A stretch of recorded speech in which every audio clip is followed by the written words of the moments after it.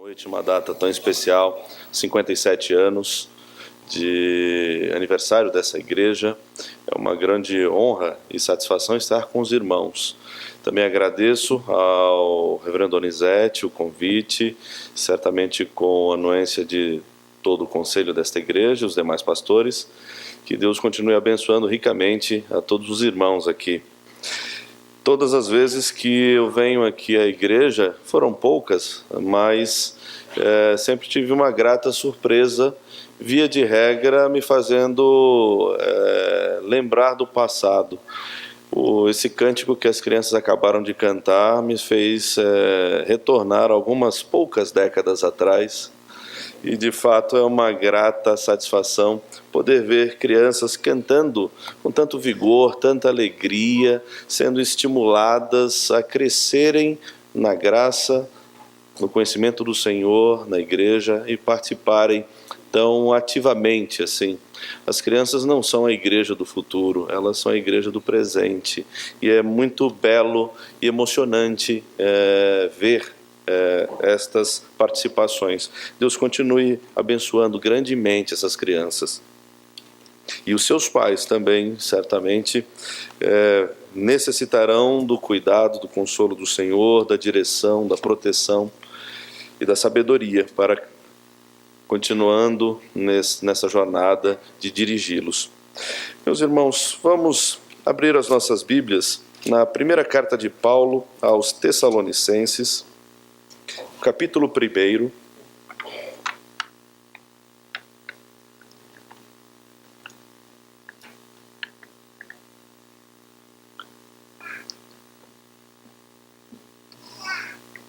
Tessalonicenses, capítulo 1. 1 Tessalonicenses, capítulo 1, verso de número 3. Leiamos. Recordando-nos diante do nosso Deus e Pai, da operosidade da vossa fé, da abnegação do vosso amor e da firmeza da vossa esperança em nosso Senhor Jesus Cristo. Meus irmãos, quando recebi o convite do reverendo Donizete, de pronto pude pensar que texto deveria pregar, de que texto deveria expor. Por vezes temos algum tempo para pensar em que texto seria. No caso desta igreja, quando eu lembro do que tanto o reverendo Donizete, quanto o reverendo Alceu, quanto o reverendo Hermes têm, ou outros amigos também me contam acerca desta igreja, de pronto eu lembrei que, de fato, o que me traz à memória desta igreja é exatamente o que o apóstolo Paulo fala sobre a igreja de Tessalônica. Isto porque, a partir do verso 6 ainda deste mesmo capítulo, ele diz: com efeito vos tornastes imitadores nossos e do Senhor, tendo recebido a palavra, posto que em meio de muita tribulação, com alegria do Espírito Santo, de sorte que vos tornastes um modelo para todos os crentes na Macedônia e na Acaia. Especialmente, a ênfase que o apóstolo Paulo diz aqui no verso 7, que essa igreja é modelo para a sua região. E desde o primeiro momento que eu ouvi acerca desta igreja, é esta a referência que eu escuto dos irmãos, como um modelo na região, como uma igreja que tem se dedicado, se empenhado ativamente na pregação do Evangelho, na expansão do reino de Deus, na abertura de várias e várias congregações, em que algumas delas já se tornaram igrejas e certamente outras mais virão. Deste modo, esta igreja tem sido um tipo de igreja em que tem se dedicado à expansão do Evangelho do nosso Senhor Jesus Cristo. E louvo a Deus pela vida dos irmãos. Rogo ao Senhor que continuem deste modo. E ao pensar nesta igreja de Tessalônica, ao qual o apóstolo Paulo faz referência, e no verso 8 ele continua: porque de vós repercutiu a palavra do Senhor, não só na Macedônia e Acaia, mas também por toda parte se divulgou a vossa fé para com Deus, a tal ponto de não termos necessidade de acrescentar coisa alguma. Pois eles mesmos, no tocante a nós, proclamam que repercussão teve o nosso ingresso no vosso meio, e como deixando os ídolos vos convertestes a Deus para servirdes o Deus vivo e verdadeiro. O apóstolo Paulo, ele está na sua jornada, como sempre, e precisou sair rapidamente da igreja de Tessalônica por causa de perseguições. No entanto, mesmo que por pouco tempo tenha permanecido nessa cidade, uma igreja ali fora iniciada. E o apóstolo Paulo, por causa de perseguidores do evangelho, precisou mudar de cidades rapidamente, 2 delas pelo menos, e na terceira ele escreve esta carta. E isto já em poucos dias ou poucas semanas. No entanto, quando o apóstolo Paulo chegava nessas cidades, já havia chegado anteriormente a mensagem do evangelho como uma repercussão do modo de vida desta igreja de Tessalônica. Quando lemos o verso de número 3 do capítulo 1, temos aqui as respostas que nos explicam qual é o modelo que torna esta igreja tão eficiente na pregação do evangelho. Quais são as características que esta igreja possui que de fato a tornaram um modelo a ser seguido, e além de um modelo a ser seguido, uma igreja que permanece vigorosa a despeito das intempéries do seu dia, a despeito das perseguições, sejam elas de ordem física, sejam elas duras fisicamente, externas, sejam elas de ordem interna, espiritual, existencial, ou até com uma profusão de filosofias que tentavam fazer esta igreja regredir, retroceder. Como? Por que esta igreja se manteve tão firme? O apóstolo Paulo, no verso de número 3, nos mostra: operosidade da vossa fé, abnegação do vosso amor, firmeza da vossa esperança. Estas são as 3 características as quais o apóstolo Paulo relembra constantemente que eram características desta igreja. O apóstolo Paulo faz de um modo muito incisivo e redundante propositalmente. No verso de número 2 ele diz: damos sempre graças a Deus por todos vós, mencionando-vos em nossas orações e sem cessar, recordando-nos. O apóstolo Paulo, ele praticamente é incisivo em todas as palavras que ele usa no verso 2, início do verso 3, para descrever a sua prática. Basicamente, a sua prática recorrente de orar em favor dos crentes, orar em favor da sua igreja, orar em favor daqueles aos quais ele pregou o evangelho, não sozinho, como antes, já no verso 1, ele cita Paulo, Silvano ou Silas e Timóteo, para relembrar que a tarefa da pregação do evangelho não é uma tarefa solitária, é uma tarefa em conjunto, em que depende-se de uma série de indivíduos comprometidos, compromissados com o evangelho. E o apóstolo Paulo o faz de um modo insistente, dizendo que aquilo que traz em sua memória é o modo como essa igreja se porta, o modo como essa igreja vive. E estas características são aqui descritas. Características estas que nós encontramos em outras cartas do apóstolo Paulo, como fé, amor e esperança. Certamente os irmãos de pronto já lembrarão 1 Coríntios 13.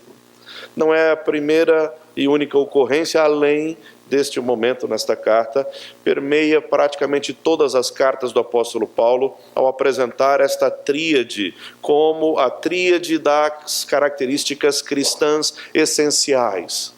E esta tríade, quando ela é realmente vivenciada, ela traz testemunhos que perpassam os limites da própria existência humana. Não estão limitados ao suspiro da nossa vida.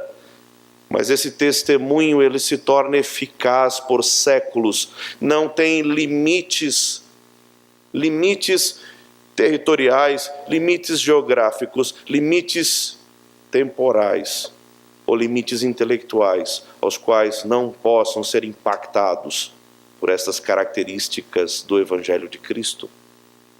Assim, o apóstolo Paulo, de um modo distintivo em outras cartas, aqui ele descreve, categorizando estes três elementos, fé, amor e esperança, com nomenclaturas que apontam para a concretização para o mundo real, no mundo real, a concretização destes elementos na prática, de modo a serem apresentados como provas reais e contundentes do viver cristão, de uma vida de fato transformada pelo Evangelho. E o apóstolo Paulo começa o primeiro destes termos sendo a operosidade da vossa fé.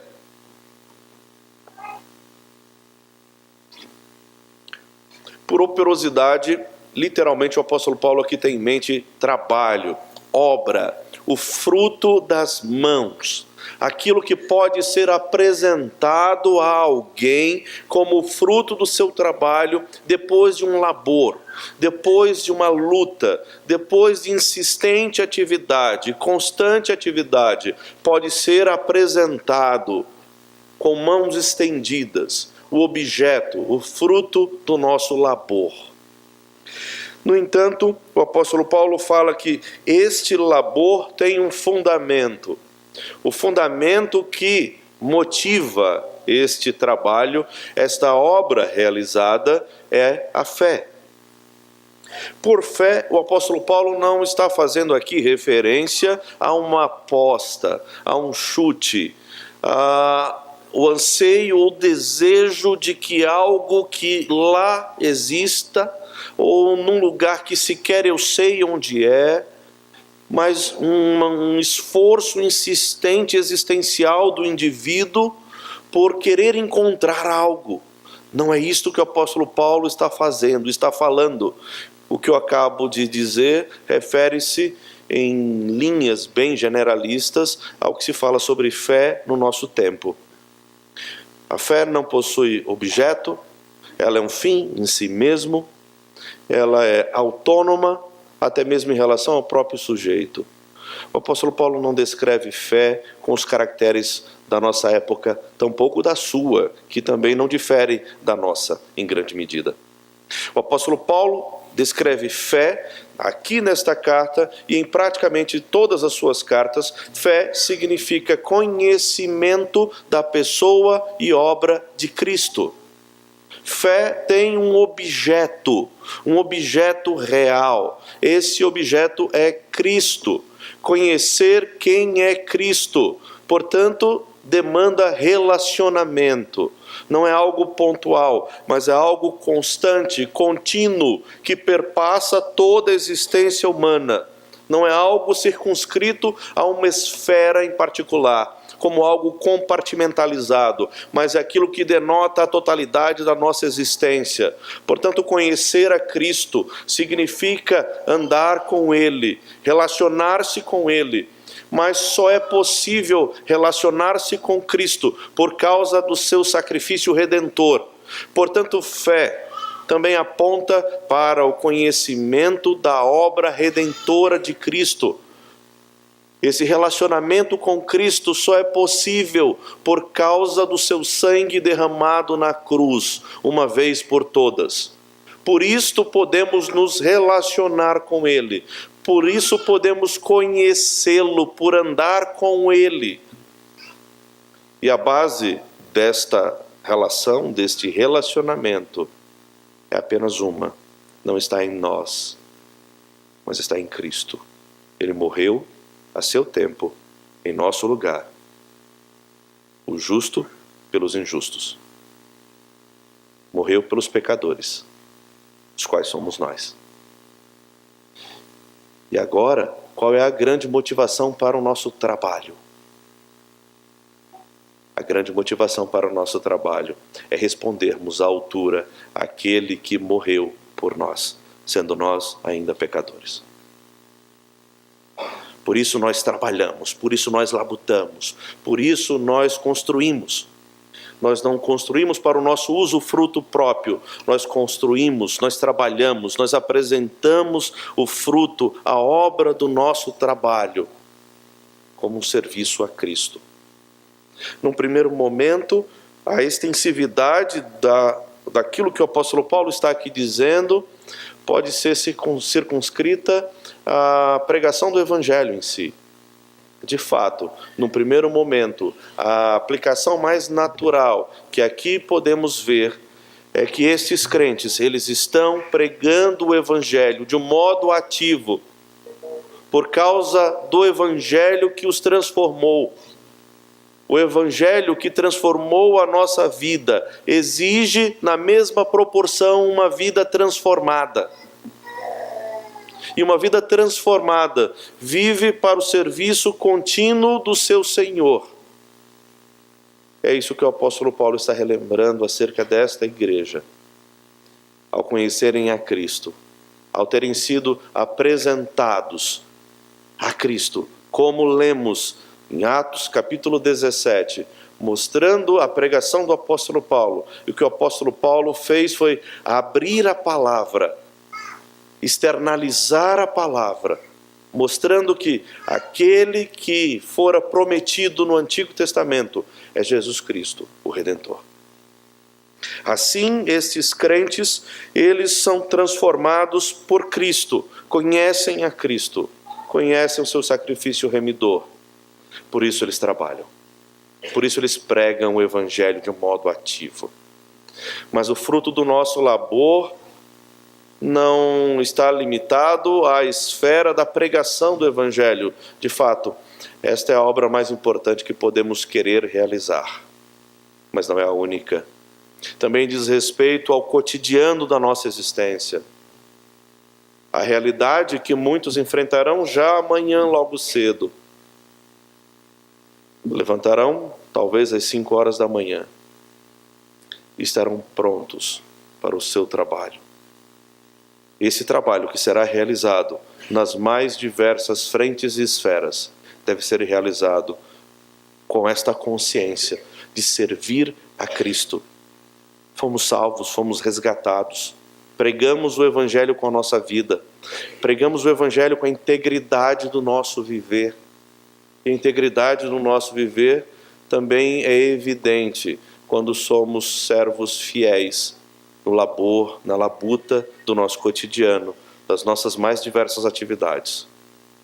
Assim, o apóstolo Paulo tem em mente a operosidade da vossa fé, um conhecimento da pessoa e obra de Cristo, que pode ser apresentado, entregue de um modo palpável e apresentado diante de todos. Na sequência, o apóstolo Paulo fala da abnegação do vosso amor. A abnegação aqui é descrito como um trabalho, como uma atividade. No entanto, a ênfase que o apóstolo Paulo aqui dá é o sofrimento como o produto desse trabalho, ou o sofrimento duro, pesaroso desta obra, dessa atividade. Assim, o apóstolo Paulo descreve o amor aqui caracterizado não meramente como um sentimento, mas acima de tudo como uma disposição em fazer, como uma ação, e uma ação que está fundamentada no termo antecedente. A obra sacrificial de Cristo é a expressão de amor por excelência. Quando lemos um dos textos mais conhecidos pelos cristãos da nossa época, João 3,16, vemos rapidamente o que o apóstolo Paulo aqui quer dizer. Porque Deus amou o mundo de tal maneira que deu o seu Filho unigênito. Amar gera agir. O amor produz ação. E essa ação produzida pelo amor é aqui descrita como algo duro, como algo difícil, como algo doloroso, pesado. A descrição faz parte de alguém que bate no peito, se lamentando pelo seu trabalho, pela sua atividade, mas bate com força, de modo que sente dor ao bater no seu próprio peito. O amor é descrito em caracteres bem diferentes daqueles que são apresentados na nossa época como uma coisa muito simples e como algo muito fácil, portanto superficial e até banal. Não, o apóstolo Paulo está relembrando aqui da dor do nosso Redentor. Nós somos objeto do amor de Cristo. Cristo derramou seu sangue na cruz em nosso favor. Assim, este amor que fundamenta e nos dá as condições necessárias e suficientes para que amemos, tem a sua base fundante no sacrifício de Cristo. Por isso o amor aqui é descrito como algo que exige de nós um preço a ser pago, mesmo que seja sofrível. Mas o apóstolo Paulo, ele faz uma insistência nesse aspecto e de modo extremamente interessante, quando nós nos deparamos com autores, com historiadores dos primeiros séculos da era cristã, a característica mais contundente para eles é o amor dos cristãos nestes primeiros séculos. Dois autores em particular fazem questão de descrever estes elementos. Um deles aponta que os cristãos, como exercício deste amor abnegado, especialmente nas circunstâncias de grandes epidemias, em que uma vasta população fora dizimada, em algumas cidades chega-se ao patamar de 75% de habitantes mortos por epidemias gravíssimas, em que muitos pagãos largavam os seus filhos, pais, mães nas praças para morrerem à míngua por causa dessas epidemias contagiosas. Os cristãos, além de cuidarem dos seus, corriam ruas e praças para resgatar estes que eram largados para morrerem como indigentes. Alguns desses cristãos chegavam a ser acometidos dessas epidemias e morriam. No entanto, se fizermos um cálculo matemático friamente, o índice de mortalidade no meio dos cristãos era quase zero, porque os cristãos cuidavam dos seus, não os deixavam morrer à míngua, e além disso cuidavam dos de fora. Esta fora uma das causas, segundo este autor, para o grande crescimento do cristianismo nos 3 primeiros séculos. Ele chega a dizer que em determinadas cidades o percentual de cristãos chegava a 70%, porque os cristãos impactavam a sociedade com esse modo de vida. E de fato, a pergunta parece extremamente contundente. Como? Pensando como um indivíduo que fora largado, como meu pai, minha mãe, os meus me largam para morrer à míngua em ruas e praças, e estes que eu sequer sei quem são, vêm ao meu resgate. Por quê? E aí eles tinham a oportunidade de dizer, eles fazem isso por causa do sacrifício de Cristo, por causa do amor, como uma expressão do sacrifício de Cristo. E aí nós temos uma extensividade do impacto do Evangelho. Não era a pregação apenas deveras importante, mas essa pregação fora sempre acompanhada de uma efetiva ação. Um outro historiador antigo, ele que se diz ateu e gosta de enfaticamente se apresentar como ateu, ele aponta que o grande fator de impacto do cristianismo, tornando a grande ideia e concepção revolucionária nos primeiros séculos, foi o exercício do amor. E ele dizia, não um amor qualquer, mas um amor fundamentado no seu sistema doutrinário. Exatamente o que temos aqui. A fé como um sistema doutrinário. Conhecer a Cristo e a sua obra. Cristologia. E ele também aponta que este amor não somente olhava para trás, mas ele tinha uma projeção futura. Essa projeção futura apontava para a certeza e convicção. E essa certeza e convicção era dada por eles, era dada a eles, por causa do seu conhecimento bíblico, por causa do seu conhecimento de Cristo. Por isso, eles transformaram o mundo por causa do amor. Não como um sentimento superficial, mas como o reconhecimento da obra sacrificial de Cristo, executada de um modo abnegado no mundo real, mesmo diante de intempéries, mesmo diante de dificuldades. Mas isso não era um limitador apenas na esfera circunstancial. Segundo este autor, este amor aponta para uma realidade futura, que os move, que os anima. E exatamente o que encontramos logo na sequência. O apóstolo Paulo dizendo, firmeza da vossa esperança. Firmeza da vossa esperança. Nós temos uma concepção do futuro que é determinada pelo modo como vivemos no presente, fundamentada por algo que ocorreu no passado, uma vez por todas, o sacrifício de Cristo. Por isso o apóstolo Paulo vai falar de firmeza da vossa esperança. A expressão firmeza aqui aponta para alguém que se prepara para um impacto. Alguém que sabe que virá algo duro e ele está agora rígido, preparado para aguentar este impacto. Por isso ele está firme. A palavra também é utilizada para descrever aquele que não se desvia nem para a direita nem para a esquerda. Ele não muda o seu rumo, não muda o seu foco. Ele tem um alvo e um objetivo e ele permanece neste caminho sem qualquer desvio. Mas que caminho é esse? É a esperança.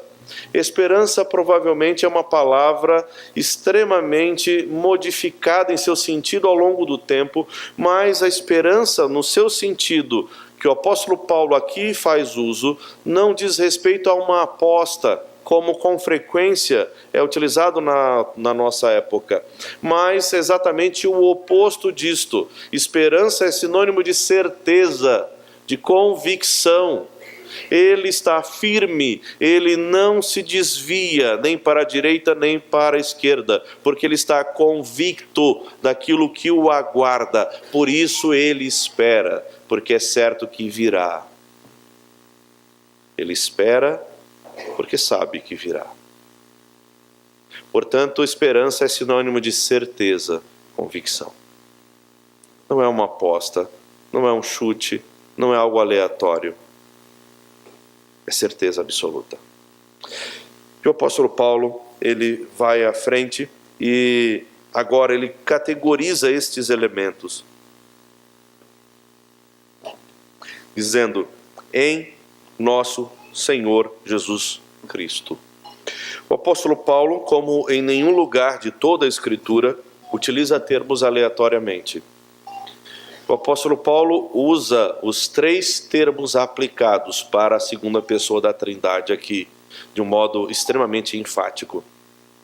O seu objetivo é caracterizar basicamente aquilo que nós conhecemos ao longo da nossa história teológica, especialmente na teologia da Reforma, pensado como os ofícios de Cristo, como profeta, sacerdote e rei. Apontando para a suficiência de Cristo em todos os aspectos e todas as esferas. Senhor aponta para o senhorio soberano de Cristo sobre todas as coisas.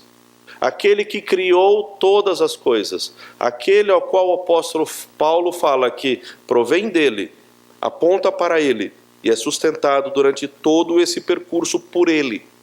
Ele é o Senhor de todas as esferas da existência humana, de todas as esferas da realidade, porque não existe nada exatamente fora da esfera da criação que não fora criado por Cristo. Não existe nada fora da esfera da criação que não seja sustentado por Cristo. Não existe nada fora da esfera da criação que não tenha Cristo como alvo e objetivo final. Aí está posta a certeza e segurança. Nada foge do controle soberano do nosso Redentor. Nada. Jesus, literalmente, Yahvé é o Salvador. Aquele que veio até nós para entrar em aliança conosco. Morreu em seu lugar por nós. O Supremo Criador de todas as coisas entregou-se em nosso favor. E, por fim, Cristo, ou o ungido, aquele que recebe do Pai a chancela para o exercício da sua função e que de fato é aplicada de um modo incisivo, total, concreto, pleno. Assim, o apóstolo Paulo está aqui nos ensinando que a garantia, o sustentáculo desses elementos não está posto em nós mesmos, mas no fato de que Cristo é soberano sobre todas as coisas. O Cristo que morreu em nosso lugar é o que garante todos estes elementos em nossa existência. O Cristo que morreu por nós e que exige de nós uma vida coerente com este Evangelho é o mesmo que nos sustenta e nos possibilita as condições necessárias para que vivamos de um modo íntegro este Evangelho. Nós vamos encontrar aqui, nestas expressões do apóstolo Paulo, algumas aplicações bem objetivas e diretas. A primeira delas já visualizamos. Quando a igreja vive deste modo, ela traz resultados importantíssimos, ela vai impactar a sociedade. O apóstolo Paulo, como já há pouco afirmamos, no seu percurso da sua jornada missionária, quando ele chegava na próxima cidade e havia uma distância razoável de cerca de 40 a 60 quilômetros entre estas cidades, já havia chegado antes dele a mensagem do Evangelho, reverberando o modo de vida desta igreja. A mensagem do Evangelho, vivido de um modo íntegro, é extremamente abrangente e vai impactar, seja no nosso meio, seja fora, normalmente em ambos os aspectos. Assim, se nós queremos ser relevantes em nossa época, a forma de sermos relevantes é termos uma fé operosa, um amor abnegado, e estarmos firmes nas nossas certezas de quem é o nosso Redentor. Não somente isto, mas quando lemos o capítulo 2, podemos verificar também que os tempos do apóstolo Paulo são tempos muito semelhantes aos nossos na atualidade, ao nosso tempo presente.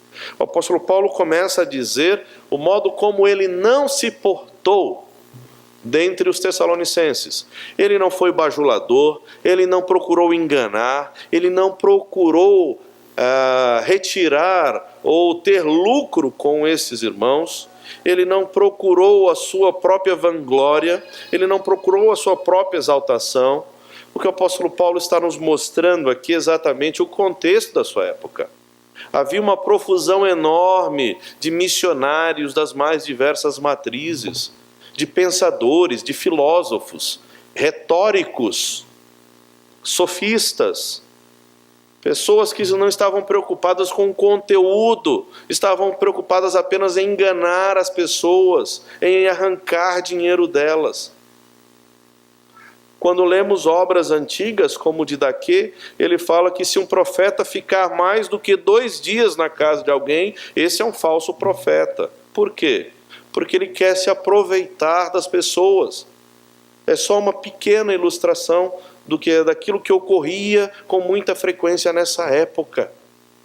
A cidade de Tessalônica era uma cidade que ficava na interação entre duas grandes vias romanas e também ao lado de um grande porto em que se escoava a produção agrícola.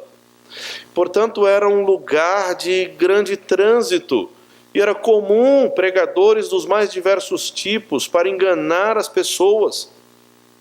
Religiões que só queriam enganar os indivíduos, arrancar-lhe as suas finanças. Estamos no primeiro século. E o que o apóstolo Paulo está dizendo, como se faz diferença no mundo que se pode ser confundido com enganadores, com usurpadores. Se faz diferença mostrando as provas reais do Evangelho.